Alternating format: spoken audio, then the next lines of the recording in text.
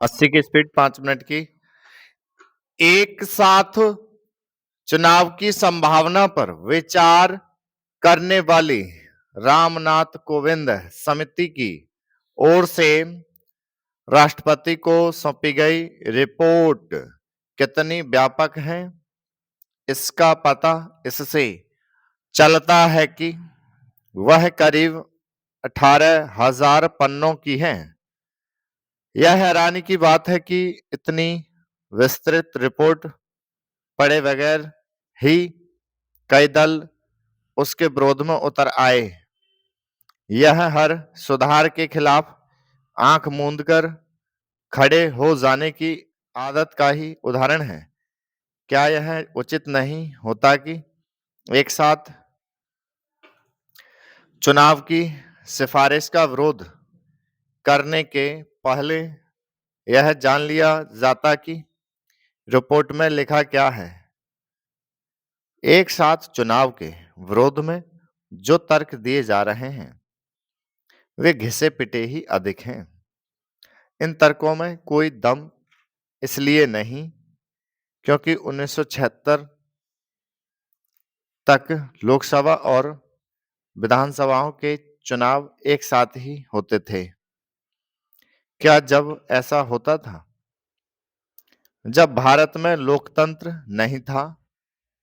पिछले कुछ समय से तो लोकसभा के साथ ही ओडिशा और आंध्र प्रदेश विधानसभा के भी चुनाव हो रहे हैं।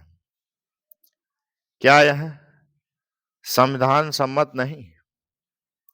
क्या ऐसा कुछ है कि ओडिशा और आंध्र विधानसभा के साथ ही लोकसभा चुनाव होने से केंद्र में सत्तासीन भाजपा को लाभ मिलता है? पिछली बार तो आंध्र में भाजपा का खाता भी नहीं खुला था। साफ है कि एक साथ चुनाव के विरोध में दिए जा रहे इस तर्क में कोई दम नहीं कि ऐसा होने से राष्ट्रीय दल फायदे में रहेगा। एक साथ चुनाव के विरोधियों को कम से कम ऐसे तर्क तो देने ही चाहिए जिन पर गौर किया जा सके। इसी के साथ उन्हें एक देश एक चुनाव से होने वाले लाभों पर भी गौर करना चाहिए।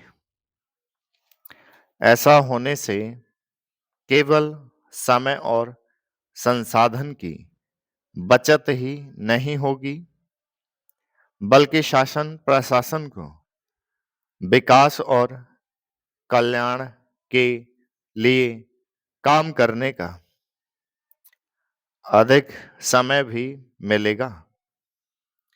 कोई भी इससे अपरिचित नहीं कि रह रहकर चुनाव होते रहने और आचार संहिता लागू हो जाने से किस तरह तमाम काम रुक जाते हैं। यह भी किसी से छिपा नहीं कि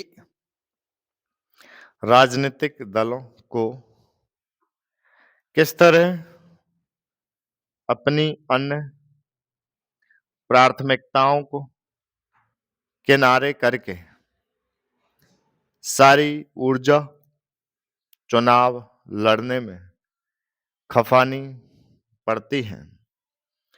लोकसभा संघ विधानसभा चुनाव कराने और इसके बाद 100 दिन के अंदर स्थानीय निकायों के चुनाव कराने की सिफारिश करने वाली समिति ने